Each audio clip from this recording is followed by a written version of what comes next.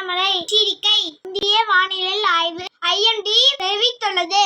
குறிப்பாக சென்னை பிற பகுதிகளில் கனமழைக்கு கூடுதல் வாய்ப்பு. ஜூனியர் ஹாக்கி வேர்ல்டு கப் ரயில் தொடக்கம். தமிழகத்தில் ஹாக்கி உற்சாகம். புதிய சர்வதேச ஹாக்கி மைதானத்துடன் உலக போட்டி தொடக்கம். தமிழகத்தில் பல்வேறு மாவட்டங்களில் மிதமான வெள்ள அபாயம். நெல்லை, தூத்துக்குடி உள்ளிட்ட இடங்கள், குறிப்பாக தாமிரபரணி ரிவர் பகுதிகள் நீர் பரவலாகி சில இடங்களில் வீடுகள் பாதிப்பு. வெள்ள அபாயம். இன்று லோக்கல் அதிகாரிகள் அறிவிப்பு.